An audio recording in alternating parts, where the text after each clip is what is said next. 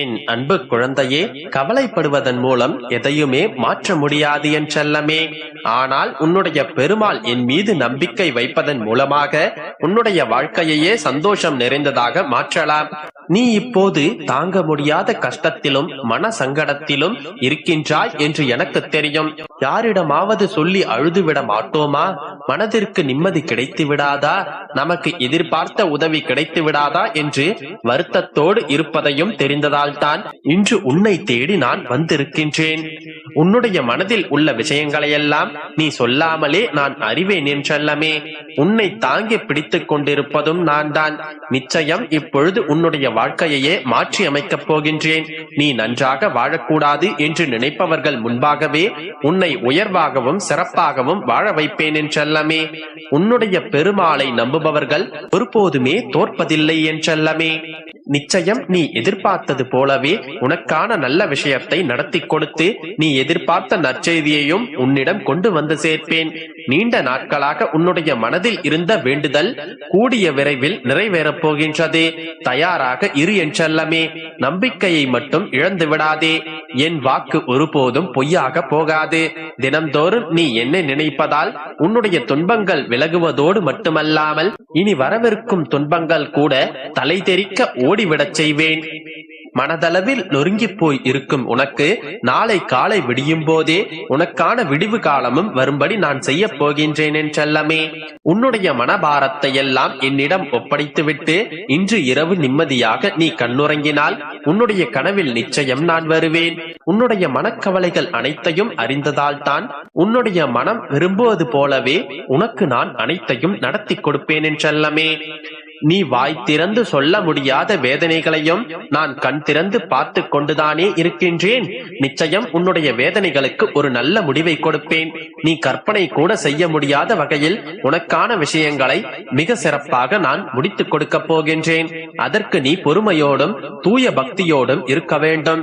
இன்று இரவு மனம் முழுவதும் நம்பிக்கையை சுமந்து கொண்டு நான் உன்னுடைய கனவில் வருவேன் என்று எதிர்பார்ப்போடு எந்தவித தீய விஷயங்களையும் யோசிக்காமல் எதை பற்றியும் நினைக்காமல் பெருமாளே துணை என்று மட்டும் சொல்லிவிட்டு கண்ணுறங்கிப்பார். உன்னுடைய கனவில் வந்து உனக்கான குழப்பங்களுக்கான தீர்வையும் உன்னுடைய வாழ்க்கைக்கான பதிலையும் நீ எதிர்பார்த்த நல்ல செய்தியையும் சொல்லி சென்று விடுவேன். நான் இருக்கும் போது நீ எதற்காகவும் கலங்கக்கூடாது. என்னை மீறி எதுவுமே நடக்கப் போவதில்லை என்றல்லமே. நான் ஒருபோதும் உன்னை கைவிட மாட்டேன் என்று நம்பி காத்திரு.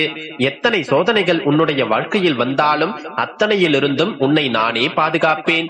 என் மீது பொறுமையாக நீ இருந்தால் இனி நடக்கப் போவது எல்லாமே உனக்கு நன்மையாகவே நடக்கும். கவலைகளை எல்லாம் மறந்து மகிழ்ச்சியுடன் வாழும்படி செய்து காட்டுகின்றேன் என்றல்லமே. இனி உன்னுடைய வாழ்க்கையில் பல அற்புதங்களை காணப்போகின்றாய். நிம்மதியாக இரு. அனைத்தும் சரியான நேரத்தில் நிச்சயம் உன்னை வந்து சேரும்.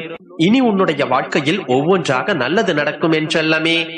பலமுறை முயற்சித்தும் கூட உனக்கு தோல்விதான் கிடைத்திருக்கின்றது என்றால் உன்னுடைய லட்சியம் தவறு. சரியான இலக்கை தேர்ந்தெடுக்க முயற்சி செய். எது சரியானது என்று நானே உனக்கு வந்து காட்டுகின்றேன். உன்னை யாராவது ஒரு சில நேரத்தில் அவமானப்படுத்த முயன்றால் அந்த நேரத்தில் நீ உன்னுடைய வாழ்க்கையையே வெறுக்கலாம். ஆனால் அடுத்த நொடியே உனக்கான உத்வேகம் தொடங்கி உன்னுடைய வாழ்க்கையை நீ ஆரம்பமாக்கி விட வேண்டும் என்றல்லமே. நீ வாழ்ந்து காட்ட வேண்டும் என்கின்ற உத்வேகத்தை உனக்குள் ஏற்படுத்திக் கொண்டு வைராக்கியமாக நீ உன்னுடைய வாழ்க்கையை வாழ ஆரம்பிக்க வேண்டும். முயற்சியும் சுறுசுறுப்பும் உனக்குள் இருந்தால் ஒருபோதுமே நீ தோற்க மாட்டாய் என் தங்கமே. யாரை போலவும் வாழ வேண்டும் என மற்றவர்கள் வாழ்க்கையை பார்த்து நீ பின்தொடர வேண்டாம். உனக்கான பாதையை நீயே தேர்ந்தெடு. எத்தனை கைகள் வந்து உன்னை தள்ளிவிட்டாலும் உன்னுடைய பெருமாள் நான் உனக்கு கை கொடுத்து காப்பாற்றுவேன். இருளான வாழ்க்கையாக இருக்கின்றதே, கஷ்டங்களும் கவலைகளும் துன்பங்களும் இருள் சூழ்வது போல நின்று சூழ்ந்து கொண்டிருக்கின்றதே, என்ன செய்வதென்று தெரியவில்லையே என்று புலம்பாதே. உனக்காக கனவில் வந்து அழகான வாழ்க்கையை உன்னுடைய கண்களில் நான் காட்டுவேன். அத்துடனே சேர்ந்து உனக்கான நல்வாழ்க்கையையும் காட்டிச் செல்வேன் என்றல்லமே. நடக்குமா கிடைக்குமா என்று உன்னுடைய மனதில் இருக்கும் சந்தேகத்தை எரித்துவிடு. உன்னுடைய பெருமாளை நம்பலாமா வேண்டாமா என்கின்ற யோசனையையும் முதலில் மனதிற்குள் இருந்து தூக்கி போடு. நம்பிக்கையை உனக்குள் விதைத்தால் மகிழ்ச்சி தானாகவே மலர்ந்து வரும் என்றல்லமே. பறப்பதற்கு வசதிகள் இருந்தாலுமே கூட தரையில் இருப்பதற்கு கற்றுக்கொள். நான் சொல்வது புரிகின்றதா? உனக்கு வசதி வாய்ப்புகள் வந்தாலுமே கூட இருந்த நிலையையும் பழைய நிலையையும் எப்போதும் மறந்து விடாதே என் செல்லமே. என் அன்பு குழந்தையே, இதை கேட்டுக்கொண்டிருக்கும் இந்த நொடி உன்னுடைய மனதில் ஓடிக்கொண்டிருக்கும் எண்ணங்கள் அனைத்தும் நிறைவேறும். நீ என்ன நினைத்துக் கொண்டிருக்கின்றாயோ, எதை நினைத்து யோசித்துக் கொண்டிருக்கிறாயோ அது அப்படியே நடக்கும். எப்படி இது சாத்தியம் என்கின்றாய்? மனிதர்களை படைத்த இறைவனுக்குத்தானே மனிதர்களை காக்கும் பொறுப்பும் கடமையும் இருக்கின்றது. எனவே ஒவ்வொரு மனிதனையும் பாதுகாத்துக் கொள்ள, கண்காணித்துக் கொள்ள கோடானு கோடி தேவதைகளை இறைவன் உருவாக்கினான். அந்த அதிதேவதைகள் இப்பூ உலகில் சுற்றி கொண்டே இருக்கும். அந்த தேவதைகளின் முக்கியமான பணி ததாஸ்து என்று ஆசீர்வதிப்பது. ததாஸ்து என்றால் அப்படியே ஆகட்டும் என்பது பொருள். மனிதர்கள் என்னென்ன வார்த்தைகளை உபயோகிக்கிறார்களோ, எதை பேசுகிறார்களோ, எதை மனதில் நினைத்துக் கொண்டிருக்கிறார்களோ அவற்றையெல்லாம் அதிதேவதைகள் ததாஸ்து என்று ஆசீர்வதித்து செல்கிறார்கள். கோடானு கோடி மக்கள் உள்ள இடத்தில் போது அந்த தேவதைகள் உன்னை ஆசீர்வதிப்பார்கள் என்று சொல்ல முடியாது. அதனால் தான் எப்போதும் நல்ல விஷயங்களையே யோசித்துக் கொண்டிரு, நல்ல விஷயங்களையே பேசு என்று நான் சொல்கின்றேன். அதனால் தான் எப்போதும் நேர்மறையாக இருக்க வேண்டும். ஏனெனில் இந்த அதிதேவதைகளுக்கு நன்மை தீமை, எது நல்லது எது கெட்டது என்பதெல்லாம் தெரியாது. மனிதர்களின் வாயிலிருந்து எந்த வார்த்தை முதலில் வருகின்றதோ அதை ததாஸ்து என்று ஆசீர்வதிக்க வேண்டும் என்பதே இறைவன் அவர்களுக்கு இட்ட கட்டளை. உதாரணமாக, தன் தாய் தன்னுடைய குழந்தை ஓடும்போது பத்திரமாக இரு என்று கூறினால், பத்திரமாக இரு என்கின்ற வார்த்தையே ததாஸ்து என்று ஆசீர்வதிக்கப்பட்டு அந்த குழந்தை பத்திரமாக இருக்கும்.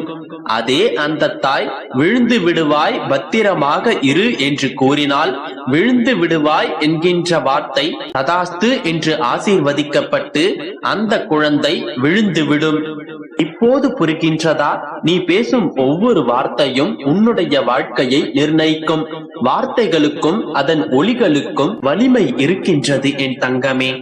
அதனால் தான் எப்போதும் நேர்மறையான வார்த்தைகளை கூறி பிரார்த்தனை செய். எப்போது எதை பேசினாலும் அதில் நேர்மறையான எண்ணங்களோடும் நேர்மறையான வார்த்தைகளோடும் பேச பழகிக்கொள். என் அன்பு குழந்தையே, கவலைப்படுவதன் மூலம்